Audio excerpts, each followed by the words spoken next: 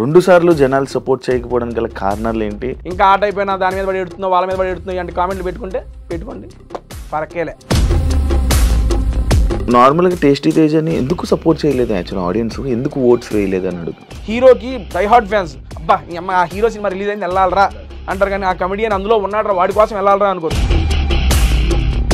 Season 7కి 8కి ఏం difference చూసావు, గమనించావు? Season 7లో టాస్కులు ఆడి ఇంట్లో నిలదొక్కుకోవాల్సినంత అవసరం నాకు రాలా. ఎందుకంటే కానీ ఎందుకు హౌస్లోనే ఓన్లీ రోహిణి, అవినాష్ నువ్వే కనిపించే వాళ్ళు, మిగతా ఎవరితో కలవలేదు ఎందుకు? సీరియస్లీ ఇన్నేళ్లలో నాకు ఎప్పుడూ క్రియేట్ కానీ ఒక బాండ్ అవినాష్, రోహిణి వీళ్ళందరి వల్ల, వీళ్ళిద్దరు డామినేషన్ వల్ల ఎంటర్టైన్మెంట్లోని టేస్టీ తేజ 7 అంతా 8లో అసలు కనిపించలేదు, కొంచెం డౌన్ అయ్యింది. నేను ఒప్పుకుంటా దాన్ని, అది మైనస్గా నేను తీసుకోనన్నా. ఎందుకు అంటే మిగతా కంటెస్టెంట్స్తోనే కూడా వెళ్ళి మాట్లాడి వాళ్ళ మీద పంచులేసి జోకులు వేస్తూ ఎలా నడుస్తుంది. ఏదైనా ఒక దగ్గర సీరియస్ అయిపోయామనుకోండి, ఏంటి ఈడు ఫన్ చేతి తీసుకుని ఈడు అరుస్తున్నాడా, ఈడు గరిసి ఎంత ఉందా, ఎక్కువసేపు ఏడవడం, కానీ అక్కడ ఏదో కొంచెం సింపతి ట్రై చేశారు, కెమెరా వైపు చూసి మరీ ఏడవడం, కొంచెం సింపతి ట్రై చేశారు. అయ్యో పాపం ఎవడైనా నా మీద జాలి చూపిస్తుంది, నేను తీసుకోలేను. అవతల వ్యక్తులు టేస్టీ తేజ గురించి ఏదైనా చెప్తున్నప్పుడు వాళ్ళది కూడా పర్సనల్ ఒపీనియన్గా తీసుకోవచ్చు కదా. It's your personal opinion, I respect it, కానీ నేను దాన్ని యాక్సెప్ట్ చేయను.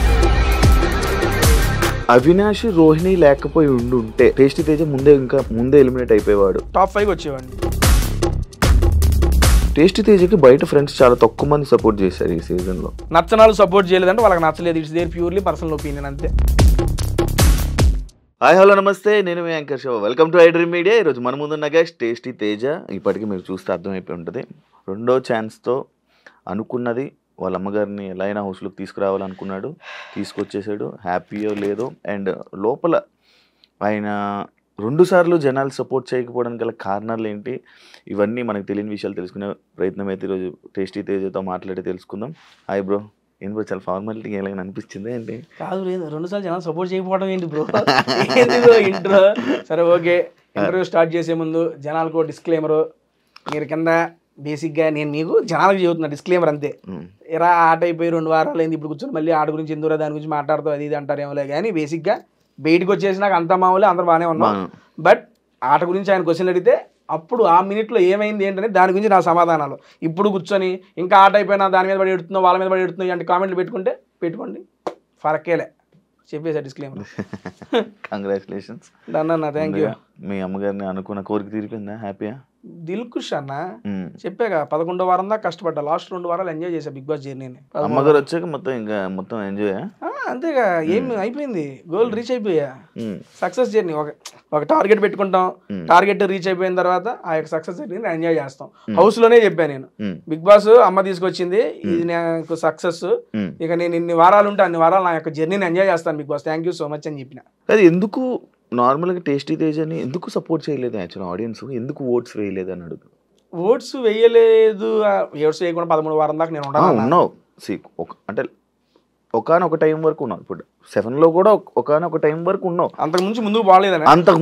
ఓపెన్ గా అది ఎవరు ఒప్పుకున్నా ఒప్పుకోకపోయినా ఓట్లు పడాలి అంటే ఆటతో పాటు నేను జనరల్ గా నమ్మేది, అండ్ ఈ సీజన్ వల్ల నాకు తెలిసింది ఏంటంటే ఓట్స్ అనేవి డెఫినెట్లీ మనం ఆడే ఆట బట్టి, దాంతోపాటు మన లుక్స్, మన ఫిజికాలిటీని, మనం ఏంటి, మనం ఏ కేటగిరీ అనే దాన్ని బట్టి కూడా ఓట్స్ అనేవి స్ప్లిట్ అవుతాయి అన్న.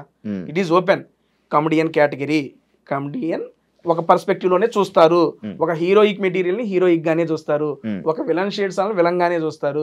ఈ కమెడియన్ కేటగిరీ వాళ్ళని ఒక స్టేజ్ వరకే ఇది చేస్తారు. ఇప్పుడు ఆ వారంలో నేను ఎలిమినేట్ అవడానికి కారణం ఏంటంటే నా తర్వాత ఉన్న వాళ్ళందరికీ నాకన్నా బెటర్ ఓటింగ్ ఉంది. ఆ బెటర్ ఓటింగ్ వాళ్ళు క్రియేట్ చేసుకోగలరు, నేను క్రియేట్ చేసుకోలేకపోయా. క్రియేట్ చేసుకోకపోవడానికి కారణం ఏంటంటే అదే, ఇప్పుడు బేసిక్ గా సినిమాల్లో ఉంటాం అన్న, సినిమాలో అరే ఈ కామెడీ వీడు బాగా చేస్తాడరా, వీడు ఉంటే బాగుంటదిరా అనుకుంటాం, కానీ అరే వీడుంటేనే సినిమాకి వెళ్ళాలరా అని ఎట్టి పరిస్థితులు అనుకో. చిన్నప్పుడు మనం చూస్తూ పెరిగాం, హీరోకి డై హార్ట్ ఫ్యాన్స్, అబ్బా ఈ అమ్మ ఆ హీరో సినిమా రిలీజ్ అయింది వెళ్ళాలరా అంటారు, కానీ ఆ కమెడియన్ అందులో ఉన్నాడు వాడి కోసం వెళ్ళాలరా అనుకోరు. కానీ సినిమా నడుస్తున్నంత సేపు ఆ కమెడియన్ చేసే కామెడీకి అందరు నవ్వుకుంటారు, ఉంటే బాగుంటది అనుకుంటారు, కానీ వీడు ఉండాలరా అని అయితే అనుకోరు. ఉన్నంతసేపు ఎంజాయ్ చేశారు, వాళ్ళ ప్రయత్నం వాళ్ళు చేశారు, అక్కడ దాకా తీసుకొచ్చారు. బ్రహ్మానందం గారు అనుకుంటారు కదా అప్పుడప్పుడు. అదే చెప్తున్నారు, ఆయనతో ఈ పూల్ కిందండి ఎవరి సెట్ ఆఫ్ రేంజ్ అదే ఉంటదా, ఏ కేటగిరీకి సంబంధించి నా కేటగిరీ అంటున్నా. అందుకని నా సెన్స్ కి అక్కడ వరకు నేను పుల్ చేయగలిగాను, పుల్ చేశాను. I'm very much satisfied. Tasty Teja ఏం జరుగుతుందో ప్రిడిక్ట్ చేస్తున్నాడు. అంటే లైక్ వాళ్ళు లైక్ ఒక ఎగ్జాంపుల్, వాళ్ళు నామినేషన్స్ చేసినప్పుడు నువ్వు నాకు తెలిసి మీరు ముందే ప్లాన్ వేసుకుని వచ్చారు, వాళ్ళు నిజంగా ప్లాన్ చేసుకుని వచ్చారు. నాకు బయటకు వచ్చినాక తెలిసింది, లోపల కూడా తెలియదు నాకు ఆ విషయం తెలీదు. నేను బయటకు వచ్చిన తర్వాత మామూలు చూస్తుంటే రీల్స్ చూస్తుంటే అప్పుడు కామెంట్స్లో ఏదో వచ్చింది స్క్రోల్స్లో, వీళ్ళు ఇది చేసుకున్నారు, నెక్స్ట్ ఎమ్మటి నేను చెప్పింది వచ్చింది. నిజంగా మాట్లాడుకున్నారా నాకు తెలియదు, అప్పుడు దాకా తెలియదు నాకు. ఎందుకంటే అక్కడ సినారియోని బట్టి బేసిక్గా ఒక సెన్స్ తగిలిద్దన్న మనకి. ఎవరైతే వరుసగా మన పేరు చెబుతున్నారు కానీ నేను నామినేట్ అవ్వట్లా, బికాస్ నేను నా పాయింట్స్లో డిఫెండ్ చేసుకుంటున్నా, వాళ్ళకి స్కోప్ దొరకలా. ఒకసారి ఎక్కేసి ఇంకోసారి ఏదో 9 పాయింట్ చెప్పేస్తాను, నాకు అర్థమైపోయింది. ఓహో మీరు అలా అనుకున్నారా, సరే అనుకోండి. మీరు యాక్చువల్గా రాయల్ వర్సెస్ ఓజీ చేయాలి, కానీ వీళ్ళు ఓజీ వర్సెస్ తేజ చేస్తున్నారు, మీ ఆట మీరు ఆడండి, నా ఆటని ఆడతా అన్న. అప్పుడు కూడా వాళ్ళు లేదు మేము అనుకోలేదు అన్నారు. చుట్టూ కెమెరాలు ఉన్నాయి, అందరికీ మైకులు ఉన్నాయి, మీరు ఏం మాట్లాడారు అందరికీ తెలిసిద్ది అని చెప్పినా. బయటకు వచ్చినాక ఇంట్లో ఇప్పుడు దాకా నాకు ఎవరు చెప్పలా, ఇలా అనుకున్నామన్నారు కూడా చెప్పలా. బయటకు వచ్చినాక చూసాను అంతే. నేను చూసా టాస్క్లు కూడా ప్రిడిక్ట్ చేస్తున్నావు. ఎలా అసలు ఇవన్నీ టాస్క్లు ఎట్లా ప్రిడిక్ట్ చేస్తామన్నా? చెప్పేస్తావు నెక్స్ట్ ఇలా ఉండబోతుంది, టాస్క్ ఇలా అవ్వబోతుంది అంటే వచ్చిన తర్వాత టాస్క్ ఇలా ఆడాలి. బేసిక్గా ఎలా అంటే ఇప్పుడు కాస్త కూస్తో ఆలోచన శక్తి ఉంది కాబట్టి ఇలా జరిగిద్దేమో అని ఒక ఆలోచన అంతే. ఇప్పుడు మనం గ్రౌండ్ లోకి రాగానే గ్రౌండ్ లో టాస్క్ పెట్టేస్తాడు ఆయన, పెట్టేసినప్పుడు అది చూసాం ఇటు నుంచి ఇటు రావాలి, ఇటు నుంచి ఇటు పోవాలి, అది ఇది నేను అవినాష్ మాట్లాడుకుంటుంటాం.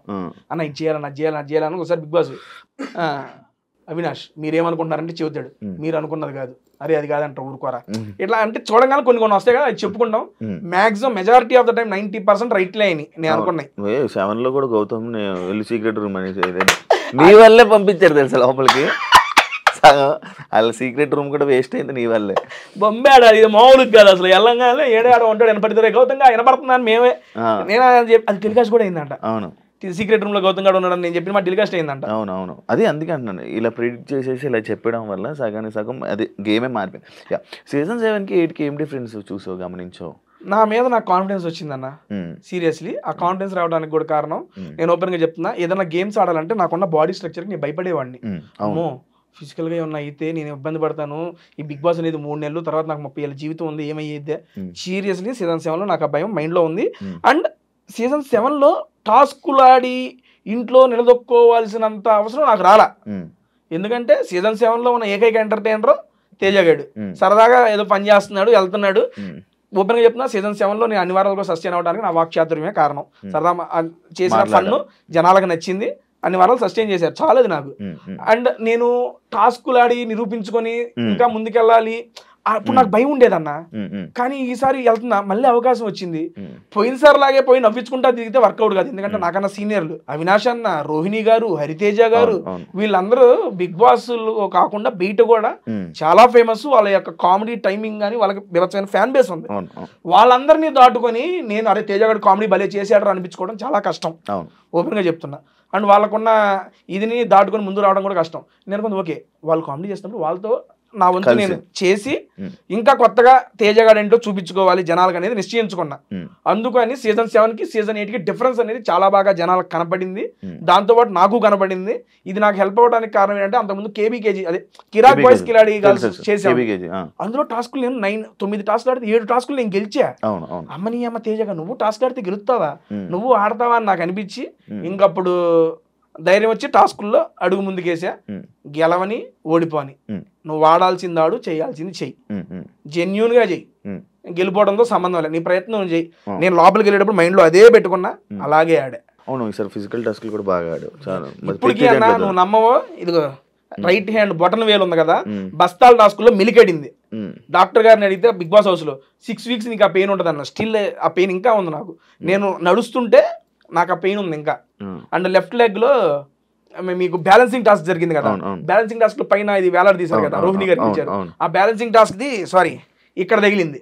ఇప్పుడు 2 కాళ్ళు నేను నడుస్తున్నా, ఒకటి బొటన్ వేలు నొప్పి, ఇదేమో ఇక్కడ మడవ నొప్పి, రెండు నొప్పులు నడుస్తుంది. 3 సంవత్సరాలు అయింది నాకు ఇక్కడ ఉంది ఇంకా పెయిన్. 4 సంవత్సరాలు నేను వీటికి భయపడ్డా ఒకనొక సీజన్ లో.